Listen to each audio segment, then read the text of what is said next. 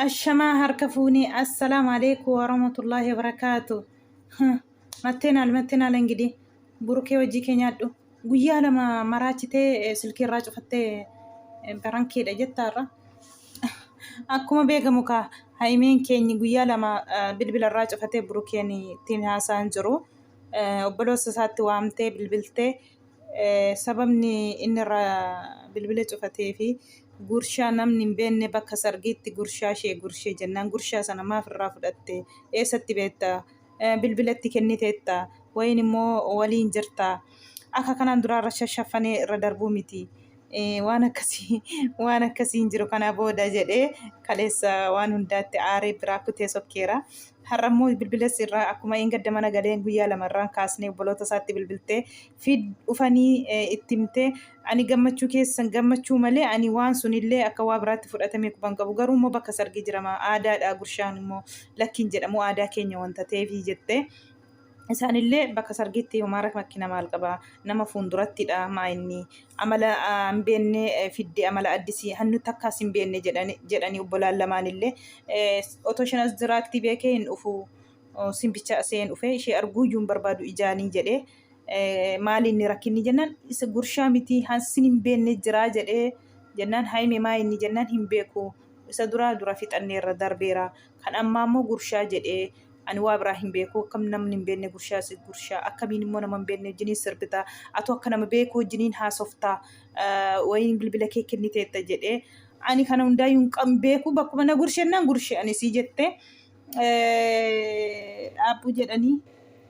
sinasuma fixadhaa odeessaati annan gala manatti boru finfinneen deema dhaabadhus jedhee kutee faana rafiiganii dadhabanii itti dhiisanii aaranii isaanii isheenillee hin boosse sinillee kabajuu didee. Akkamiin bahee deema jettee boosse faana deemanii bakka himmaan ishee wallaahi laazimii diloomtee tagaru wallaahi obboloota abbaa manaa akkasitti ishee kabaju kana akkasitti ishee hin qaffi ishee godhanii jechuudha himimmaa ishee irraa xaraganii jarri lamaanuu manatti gallaan astakaakalla ati hin booyin kun bareedaadha qallaaliidha nuufi jedhanii kunoo siniinillee kabajuu didee siniinillee asitti sin dhiisee deeme jettee boosse. Achi fagaate ka'ee irraatii deebi'ee dhufee ati obboloota kun oloshiisuuf dhuftee deemii jedhee ishee darbate akkasii maal jechuudha jettee isaa boodarraa boos barankii irratti hojjedhe jedhee wal utaalee jechuudha mataa qabatanii jarrillee atillee quba qabdaa himee jenna wallaahi quban qabu jettee sin eengada gaafa sargii akkamiin na ayyisiistanii maal akkam na gootanii akkam na cannaxxan gaafa sargii ganama ani immoo biddirii kon deebisadhee jedhe wallaahi guyyaa lama bilbila cufee jechuudha amma toon obbolaa kee waamnetes akka dhugaa gootee na loltee maallee barankii dhallee naan hin jenne jette wallaahi akka kanatti harbuu taate himimmaan irraa xaraganii rarra'anii obbolaan isaallee isaa hooda ufeenii barankii irratti hojjedhe hunda keessan sadan keessan irratti akkuma sin eeggadda isaan biddirii haftishiitu baasee jechuudha. Inni malii wajjiniin burukeen haimee irratti godhee gadda gaafa majammara wal agarsiisu jechuudha. Ana otoo mana hin jiraatin akkamiin shunkurtii uftee mana keenya qollaata jedhe haftichi. Kanaanan ka'ee namoonni immoo haftishii biddirii haimee deebisii jedhani. Haimeen immoo malii haftishi immoo malii wajjiniin taanii gaafa sargii ganama burukeetiin bakka sargiin deemuu achitti illee argamu jedhe maliin pirankii irratti hojjete jechuudha. Gaafa sargii ganama cannaqanii.